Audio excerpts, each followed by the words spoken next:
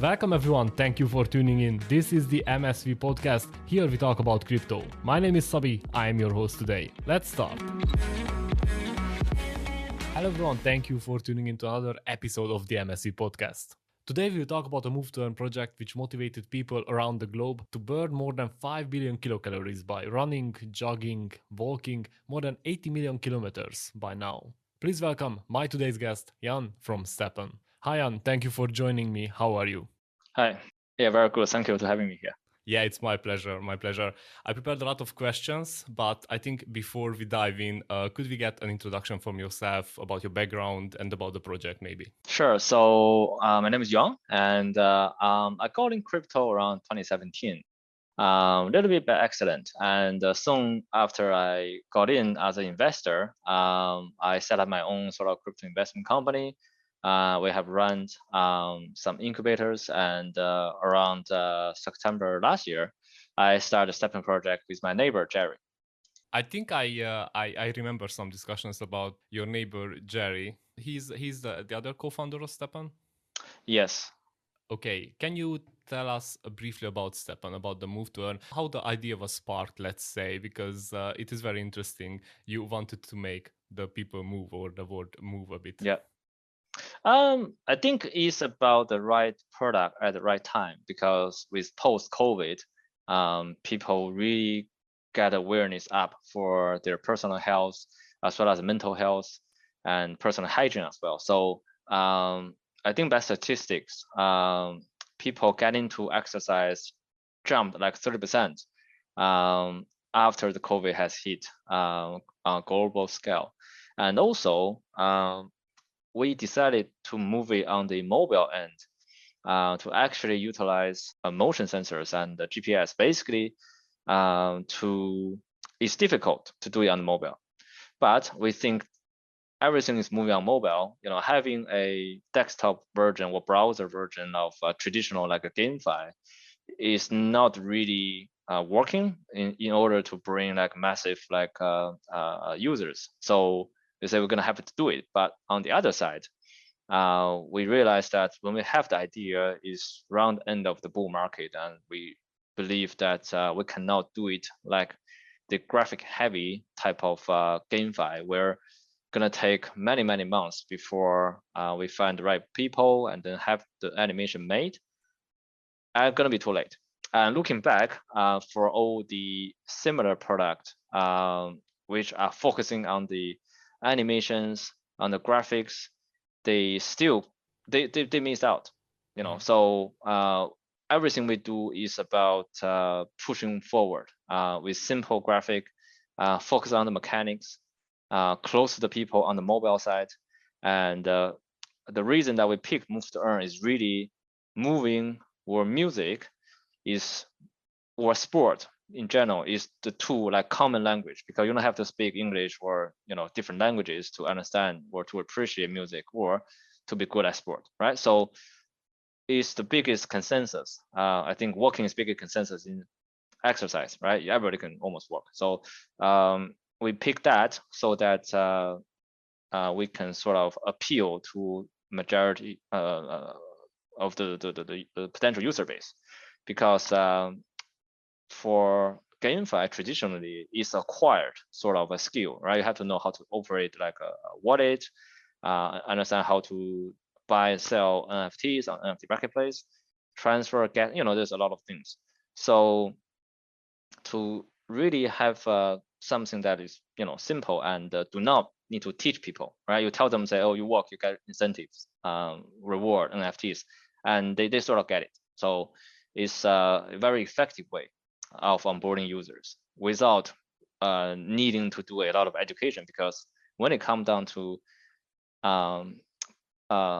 promoting a Web3 product, even for exchanges, they've spent like hundreds of dollars to acquire one user, because there is a natural gap between the Web2 adoptions to the Web3 users. So we're trying to close that gap. That is very interesting, and I hear from more and more projects and around Web3 that this making everything a bit more simple and making it a better UX or user experience is what will probably onboard people, and that's how crypto, blockchain, and Web3 applications will be mostly adopted. I mean, this is the way. Make it simple, so nobody would need to have a software engineering degree to operate it. Yeah, thank you very much for this explanation. I was wondering if in your team many people use StepN, running, Yeah, working. pretty much Pretty everybody. much everybody. That's cool. Yeah, everybody use it. Yeah, everybody use it. Yeah, I just came back from a walk. So That's cool. Yeah, I'm also just coming from my run. I'm also using StepN, and I just want to compliment that it's really good, because I have to be honest here. I don't like running. You know, I was looking for some kind of motivation, and StepN was it. I mean, now I run like 3 times a week, which is a lot from me. So yeah, thank you for that. I saw that there is a big community initiative with Strava Club. I know Strava from back in the days. My colleagues, everybody. I think pretty much everybody who is running is also using Strava. Was this initiated by StepN or by the community, or you're supporting it? Can you tell us a bit about this? Yes, the Strava Running Club, and also we will start a Strava challenge in August. Many ways that we're trying to bring Web3 adoptions, right? To get the traditional running community, because they're already running, right? So why not to get involved and understand how these things work and entirely how Web3 works. So Strava have almost the biggest running community out there, with some of the social features, such as you can give kudos to people who run, and professional runners can basically log their results, and to beat others people's record. So there's sort of a pseudo competitive environment, and also they have their own folders. So I think generally it's a very good starting point for us to bring more users to the crypto world or the Web3 world, to talk in their language. I think that's what we're trying to do. And running community is a closely held community, and so that if one athlete is using, they'll talk to another one, and then it's very easy to sort of spread. So Strava is one of our initiative, especially in the bear market, to bring lots of new users. I think starting from August this year. Mm-hmm. Yeah, that's very cool. Okay, let's go in a bit into the technicals, let's say, because I think the anti-cheating. I saw many updates on my application, and you also mentioned that you are using the gyroscopic sensors of the phones, and sometimes it is a challenge. I also saw that some people want to use Apple Watches, not to bring with them their phones, which is obviously it's a bigger challenge, I guess. Can you tell us a bit how the application monitors the run? The movement, let's say, and how the anti-cheating works. Mm-hmm. We spend a lot of time and energy on the anti-cheatings, because eventually we want this to become a form of consensus, right? So it's like Bitcoin mining, where you have to actually spend the electricities or energies and to mine Bitcoins. So Bitcoin mining, the Bitcoin does have a hard cost, which is the cost of electricities and all the mining cost, depreciations. And we're trying to create a consensus based on movement, basically a movement that people cannot cheat. And when they cannot cheat their movement, there should be a value captured there, right? There should be a minimum value captured there. So people say, all right, if this price is too low, I'm not gonna move, and then the production will drop, and then price will get support, and then people move. So that's the whole idea behind that we spend a lot of energy on anti-cheating. And for anti-cheating, how it works, we are on the first generation of the anti-cheating mechanics. So the initial one we built is a simple one. Basically, we have the gyroscope, the GPS, health data. So we cross-reference these three. So we say, all right, let's say, because when people move, they move in an up and down motion while they're moving forward, right? So it's easy to detect if you are running back, because you don't have that up and down movement. And if you are shaking your phone, while driving a car slowly, sometimes you can get away with it, but you're having like a low sort of earnings. And then we implement the second generation of anti-cheatings. Basically, we have run one algorithms with detecting it's an AI algorithm, and then we upgraded to the third generation. And lately, we have made another change because collecting GPS data or using GPS data to deduce cheatings might cause some issues. So we have implement a way to desensitize, to make the data less sensitive. So having this information processed locally rather than sent through server, meaning that users' data will be 100% safe. Even we are sending away data, it will be the result if this user is cheating or not. And in that case, we have to shift away from the traditional sort of anti-cheating mechanics, which we have written several articles on our Medium channels, to a federated learning style. So by federated learning is the new way of machine learning. So the learning is based on the result rather than centralized server data. So we basically continue to improve on the anti-cheatings, but as you can see, we have constantly upgrading it up until where we find we are 100% satisfactory of cheating detections, because now is getting more and more accurate. Because again, for machine learning, you have to train the machines, and that take time. So we are very happy with the result. Again, there's still room to improve. Yeah, so just to summarize, let's see if I understood it correctly. When you said that you don't want to retrieve all the GPS data, that also due to legal compliances, because you just can't take every maybe sensitive or private information from people. So what you want to achieve is that the application just checks locally in the phone, let's say, whatever the user did he just ran, or did he drove his car and shook his phone, and what you get to the server is the result somehow, that yes, this was a cheat, or this wasn't a cheat, this was a proper run, and the user can get his rewards. Did I understand this correctly? Yeah. So yeah. And in the meantime, you are teaching the artificial intelligence machine to make this more and more effectively, and I think in the end it will just calculate it like this, because it will recognize the signature movement, let's say, which can show you whether it is a cheat or not. Yeah, so I also have to be particularly vague in several areas, because with people that in this space, if I tell okay exactly how this works, and you could be targeted, so it's it's a very delicate balance I have to maintain.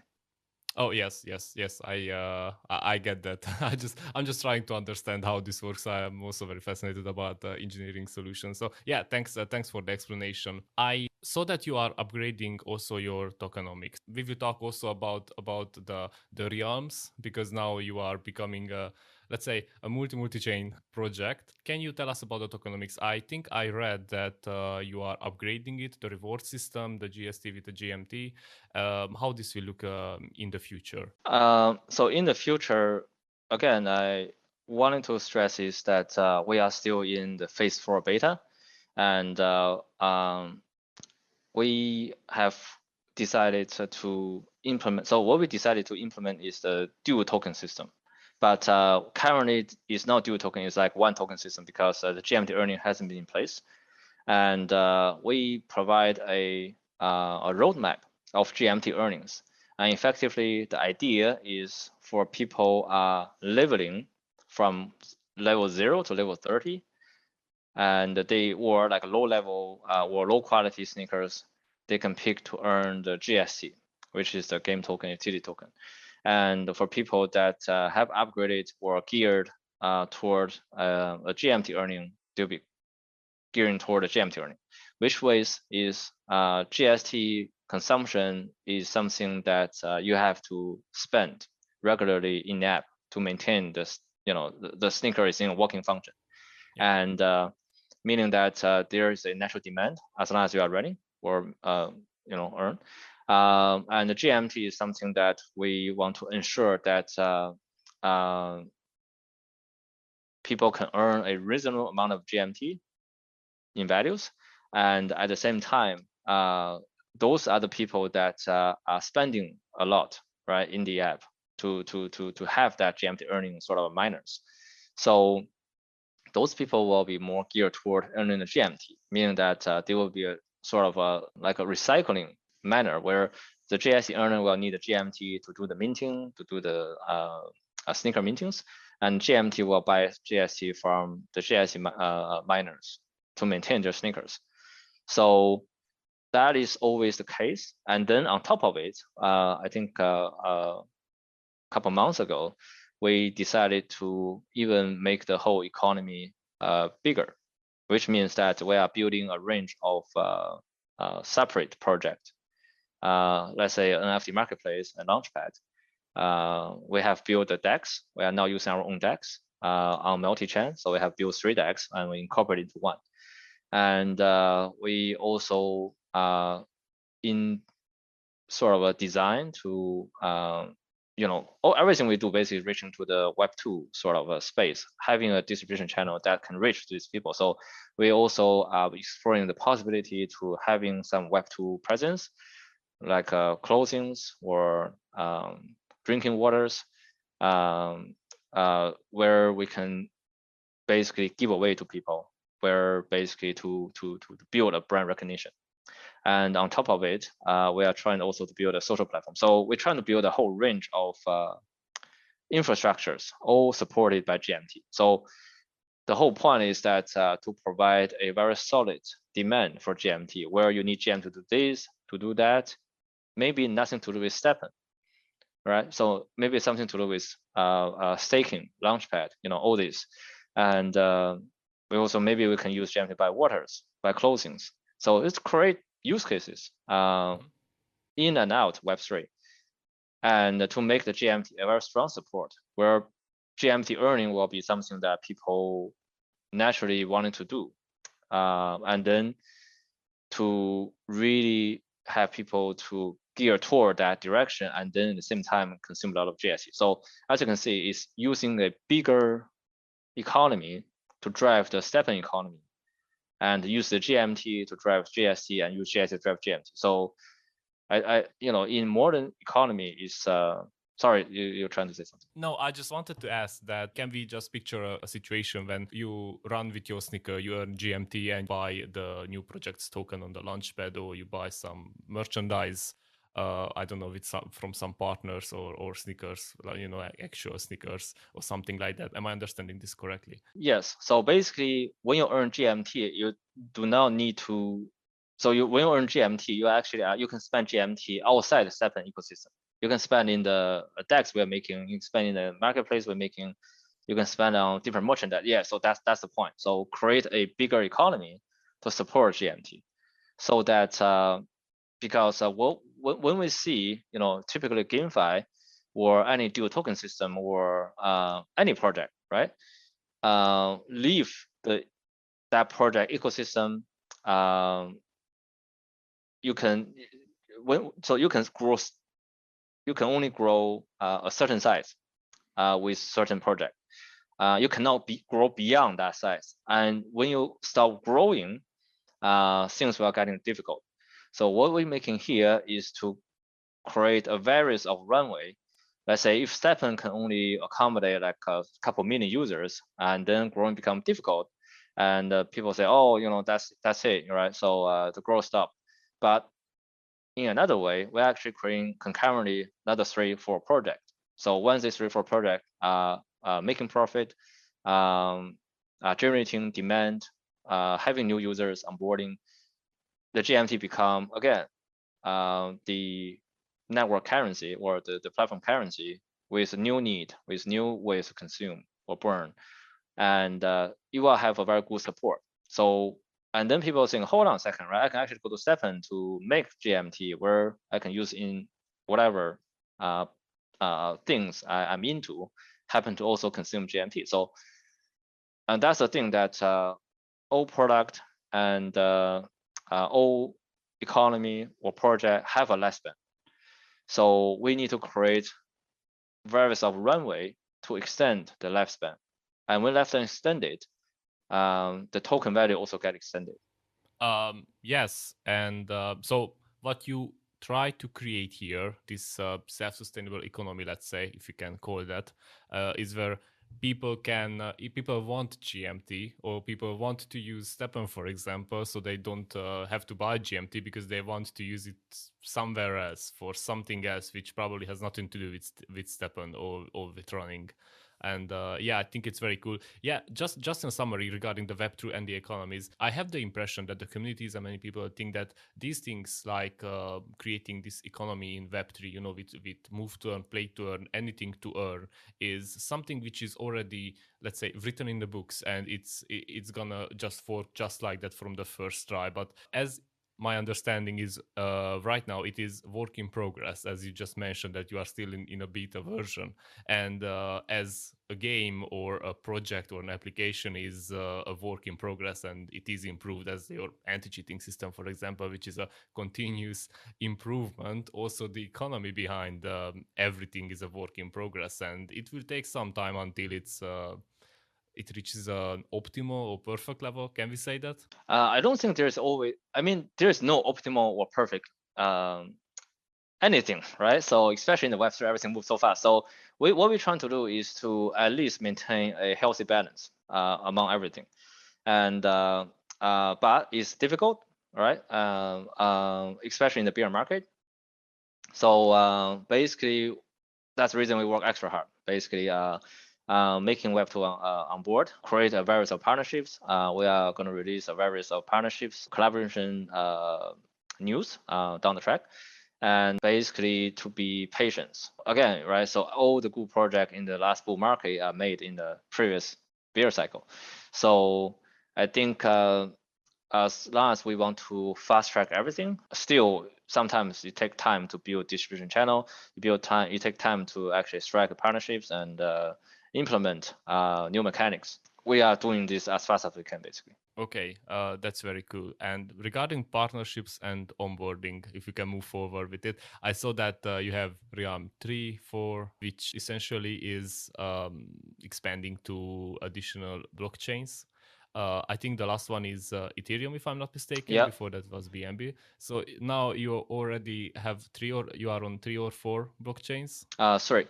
Can you expand on that? What was the initiative? What you are trying to achieve? Maybe how many blockchains do you want to be on all of them? So we realized that in many cases, StepN, so let's say Solana user is not the same as Ethereum users, which means that there are always users that we cannot tap in. So in a sense, we're trying to jump from from like Solana to BNB, BNB to Ethereum.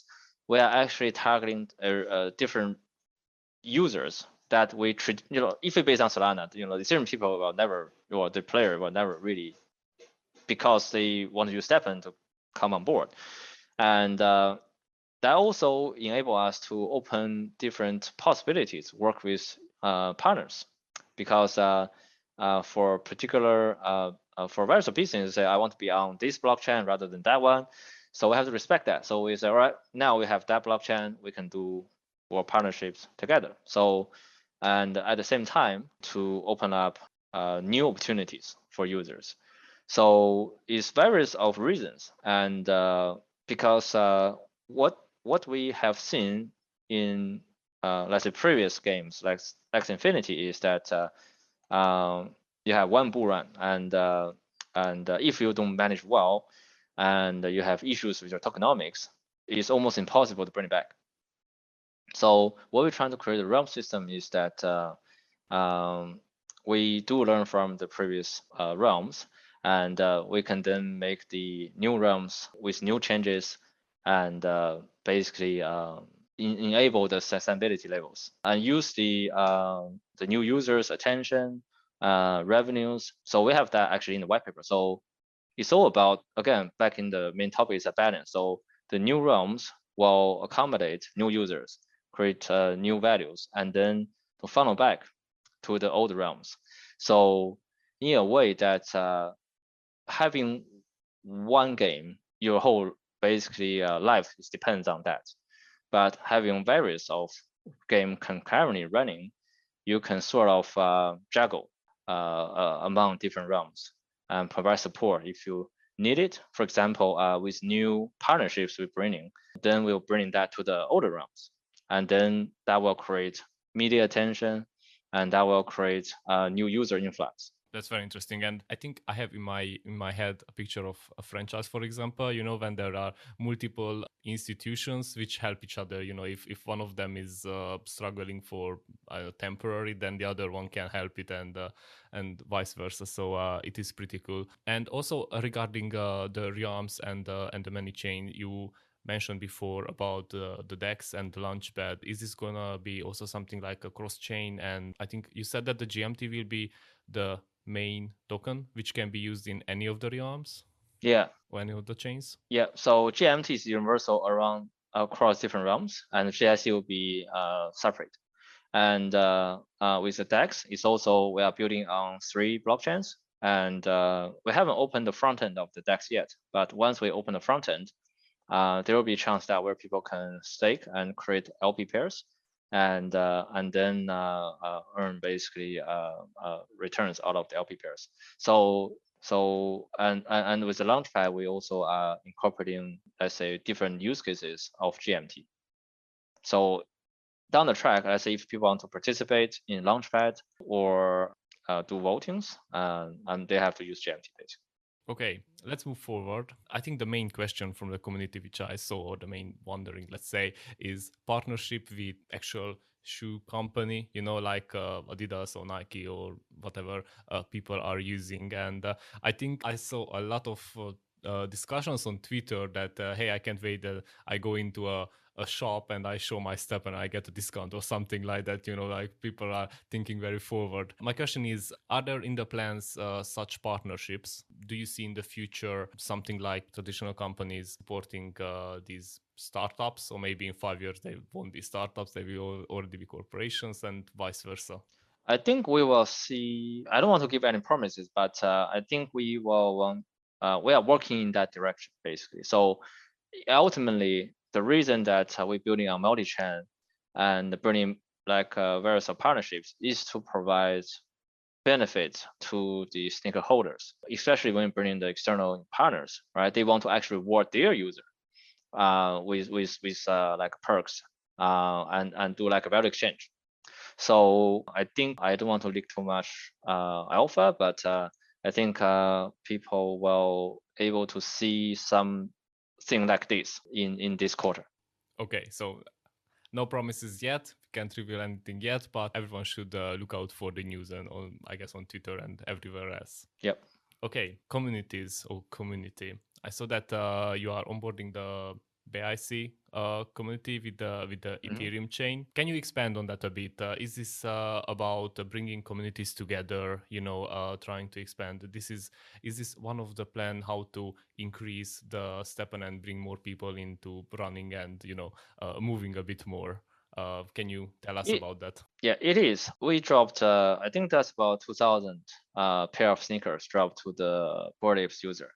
And as part of the campaign, basically to claim it, they have to post a tweet, talk about it. And I mean, that's a thing, right? So for the Ethereum user out there, it's good for raising awareness, bringing new people. I think the whole outcome is great. And from what we can see, there hasn't been much of ape holders selling it, right? So which is good. They try the app and find out how it works. And exactly, I think we serve the purpose of the airdrops. Okay. Nice, very nice. Last question, which I was wondering, because I'm with the running, I'm okay with that because I need that. For example, my wife is with cycling, she likes that better. And she was just asking me, hey, does this StepN has a sport or application for cycling or other sports? And this is my last question. Do you plan in the future to expand to other sports? How is that achievable now, since we learned how difficult it is to, I don't know, teach the AI to track the movements, and make it workable, let's say? Is it possible in the future to expand to other sports? It's almost impossible. One, sport is also very fragmented. So if it's cycling, then cycling from an AI perspective almost have no differences from driving and riding a scooter or motorbikes or bicycle with a motor. So it's almost impossible for the AI to detect and tell, are you actually cycling or actually riding a motorcycle, or you carry the bike all the way to the hill and then you ride it, all the way down. So it's all about proof of work, right? So for running, walking, or jogging, we can ensure that your motion data will be the proof of work. But with cycling, it's impossible. And beside of that, what we're trying to build something else, also based on AI. I think I can talk about it once we are about to finish the product. So I don't know at the moment. So I think people have to bear with us for another couple weeks, or sorry, months, before we can review it. So we always are building new features, new product with the sort of the technology we accumulate, building StepNs and bringing values to the users and StepN users. Yes, so just to summarize, the actual running, the spending your energy, and I'm not talking about the energy in the application, but your energy is the value which you use, or the energy used to mine those tokens, and it is hard work, right? I mean, you walk, you jog, you run, and maybe on a motorcycle, scooter, especially if the AI cannot distinguish between cycling, actually pedaling, or riding a scooter, the value is not as high as when you put in the actual energy. So that is why it would be a bit more difficult. Did I understand this correctly? Yeah. Okay. Well, I don't have any more questions, so I would like to thank you very much for being here. Any big announcements in the near future people should look out for?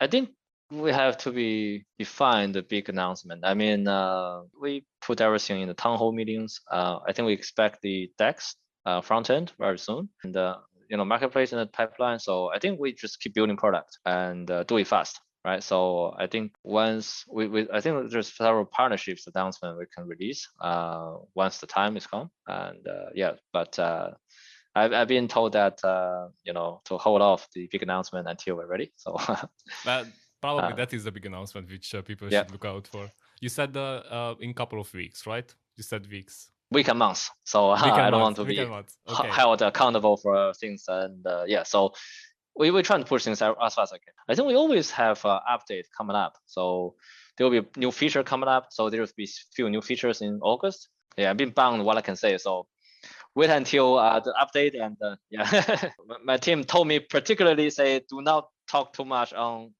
big announcement and things like that. I said okay. Yeah, that is totally understandable. Thank you again for being here. Thank you for taking the time. It is much appreciated. Thank you. Everyone, you can find all the links in the description of this podcast. Feel free to go and visit StepN's Twitter account and the website, and download the apps, start running, jogging, walking, whatever you prefer. Thank you for listening in. See you in the next episode.